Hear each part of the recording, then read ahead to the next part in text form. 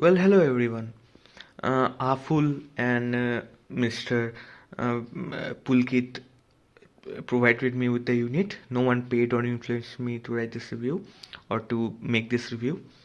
So first of all, this IM changes drastically with EQ, and without EQ, you will miss a lot of what this IM have to offer. I can export all the features I had with DSP, so tweak it as per your preference. This review is done with my applied EQ and Venera from also, but I can provide you with the link that I used with my EQ. So first of all, the thing that this review is like written ignoring the fact that this is a 1BA IM with only thing in mind that it costs $140, and I will talk about this configuration in the end. So let's talk about the things I liked.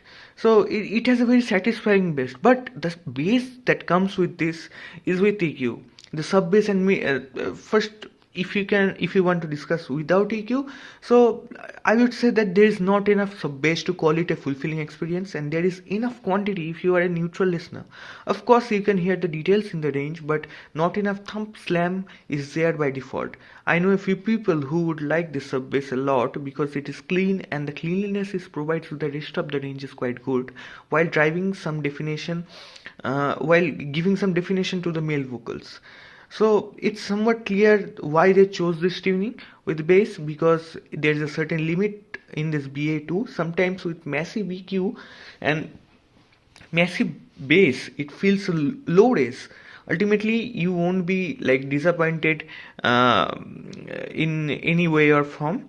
It impressed me the most in the bass region. I tried it with Dreams 2004 remaster by Fleetwood Mac, a beautiful acoustic song. Nobody Knows by Autograph and Wayne. Now comes to when we EQ this. If you EQ this IM, the sub bass and mid bass combination is wonderful.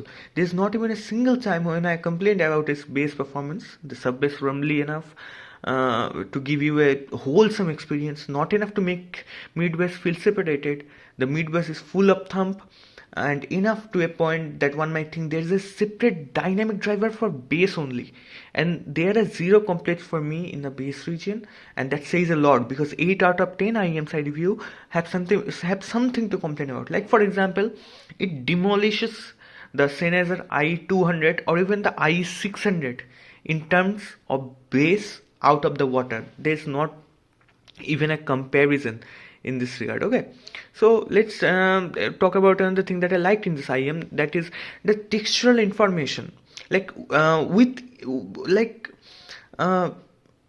this IM extract textures from the primary three instruments that are in the mix. Like they can extract textures from vocals, guitars, violins. Everything sounds so textured, which is very good for the price. You won't feel any soothing of the instruments or the textures, and the vocals will feel detailed enough to give you an organic feel and provide realism to an extent which is very very good for the price. Like I am a sucker for textures. You can see I use HD 600 as my primary headphone, so I like textures and detail. Okay, so they are like amazing. With EQ they lose some textures and they sound very relaxed. The main songs I tried with these are Stand By Me by Music Travel Love and Wish You Were Here by Pink Floyd, the Boyce Avenue acoustic cover. The third thing that I liked extremely about this product is the treble is just sweet as honey. So without EQ, this was what I was worried about the most, and AFUL nailed it out of the park. The treble is just right in quantity, right in quality. I like a bit more treble. If you can see the graph here, I didn't like the AFUL Performer 5's graph, like AFUL Performer 5's treble, but I kind of dig the treble tuning in these IMs. Okay, so the treble is just right in quantity, quality. I like a bit of treble, but that's my preference, and the way it produces treble with such ease is commendable. Do I think i200 treble is better? Yes, of course it is better, but it is the MagicOne treble is better than the Performer 5, which is amazing. The only problem is that I could tell that there was a BA in the action. Like, don't get me wrong, there is no like BA timbre you can notice in every songs, but there is few times when you can tell that there is a BA was in the action. With TQ, the treble gets better, it becomes polished. If you can tweak it to a point, it increases its value by multiples. Like you can like identify this IM as a $140 IM. The treble becomes so good. Then the thing that I like about this most, like that was imaging and layering, is above average for the price range. Okay, so without EQ, not much to talk about. You can trust this IM for its imaging and layering capability, unless you throw a very complex mixes like orchestras and London Symphony Orchestra recordings, like where the frequency ranges overlap each other. Then you will notice that it is not as good as a multi-driver IM, but if you are listening to acoustic songs, if you are listening to normal songs which don't have very complex textures and layers and layers of instruments, it will like produce them with absolutely zero discomfort. Like I really dig the layering. The main songs that I tried with this IM is Bubbles by Yoshi Harikawa and Robots in Motion by Filter. So let's talk about what I didn't like with this IM. The IM is very power hungry. Like I use this IM with this one, the Moondrop Dawn Pro, okay, the new one. But if you use this kind of dongle decks which are finicky and produces way less power, they won't drive this IM by any means. Like Apple dongle, ultra budget dongles, given proper power, everything improves, from bass to mid-range details to treble refinement to soundstage, everything just improves. Okay, so this IM that also that the thing I didn't like with this IM is it is very like dependent on the insertion depth. Like if you insert it very deeply, somehow the bass gets fuzzy and the proportion in lower registers are become very unbalanced. Like I have very small ear holes, like my ear holes can't fit soft ears, RSB, blessings 2 kind of stuff, but the nozzle is pretty small and it can go pretty further, but I won't recommend it to go push it in your ear a lot. The third thing that I dislike with the same, that being a BAIM, but it has a small air hole, okay, right there. But it can build a little bit of pressure, which I don't like. There are a few things also that I want to give till AFUL engineering team to improve on. Like these are not faults as such, these are not cons as such, but I would like to have these things which I'm gonna say in the following video, that I want it to be improved. Okay, so like the mid-range timbre, the I don't know how, but they are sounding very pleasing to me. The mid-range timbre is very good. I use, as I said, HD600 as my primary gear, so I can notice off timbres very easily. They sound very close to instruments. The guitars have a bite that I look for in every audio gear, although the drums sound a bit off. Their snare hits are a bit exaggerated. Sorry. At the low end of the spectrum, and the trumpets could have been a bit more top end. Like they could use a bit of top end elevation in trumpets, but according to the price, they are perfect. And the drums and trumpets are the only instrument that I feel that they could have done a better job. I'm nitpicking at this point, but violin needs both extensions a little bit more. They need a lower end and top end both refinement. The tracks that I used like mainly for mid-range timbre is Caravan by Whiplash and Vivaldi Four Seasons by Avital. And then comes the soundstage. Although the soundstage feels good and spacious enough in the most songs, although it is uneven and it is very stretched left to right, squeezed in front and back, giving congestion in some mixes, especially complex mixes. So some songs sound great, some songs miss the front positioning. Vocals are very focused and isolated in the head. Larger and more spacious feeling would have been better.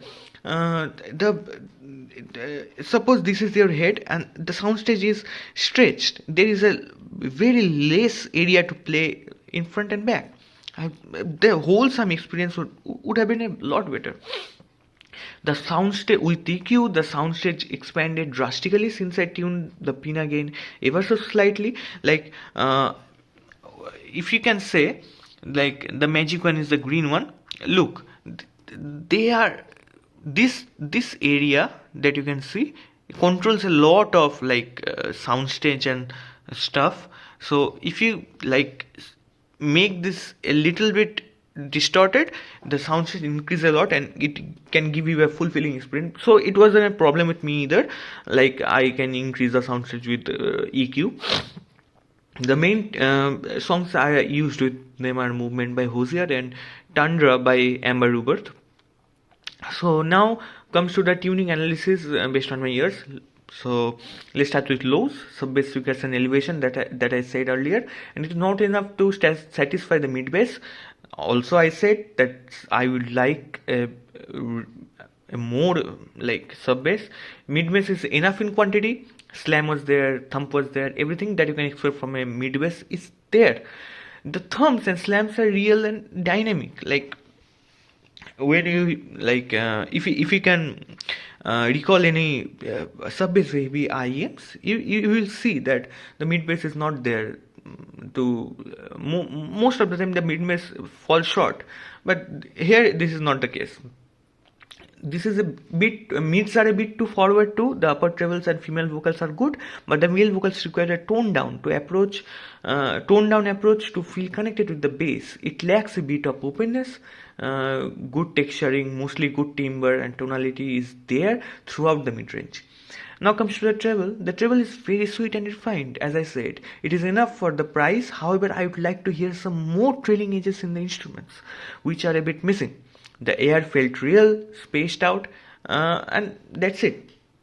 Now comes now I will like analyze it genre by genre. So pop again, I would like more sub-bass. Female singers sound better than male singer, and it is very okay with this genre. Rock, this IM is very good with rock. One thing I can say, this is very good with rock. The mid bass gave it a very proper feeling of body. Elevated mid range beautifully balanced the recessed vocal in some tracks. The treble is sweet as honey. The left right sound stage expansion fits the recordings like a glove, because how they recorded the songs, they used left and right soundstage rather than front and back.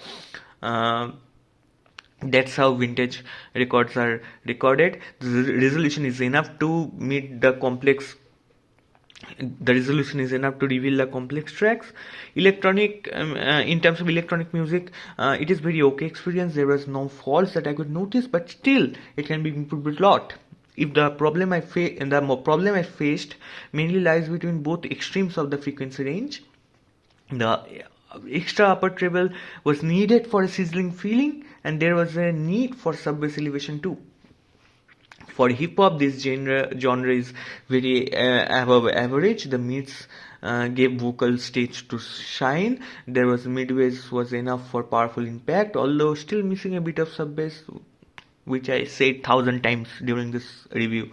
For orchestra, which is my most listened to genre, very soothing experience, missing a bit of again trailing edges. So upper than 10 kHz treble extension are needed for the sizzliness, and the trailing edges would have like a bit of bite too. So in terms of rating, this is a very highly rated IM for the price. Like you can see my ratings here. This is my rating. And to end this review, I'd like to give my thoughts to the engineering behind this IM. As you can see, there is a lot of resonance chamber and there is a lot of resistors, which is making it hard to drive and stuff. So I reviewed this product without taking the single BA configuration into my bias or consideration. Like how on earth AFUL made this? Like it is still blowing my mind after EQ. How this thing can produce bass like a DD, like the dynamic driver, and it still remain details, and mid tonality is out of my mind. Like even now, they created a monster in my opinion, and the engineering department of AFUL needs a salute from me, and they did an outstanding job. And do I recommend this IM? I think I can recommend this IM if you EQ it. So like, if you are willing to EQ it, it gets a full recommendation from me. And if you don't, try it. It's a very pleasing tonality. So that's it. Bye. Let's see you in the next video.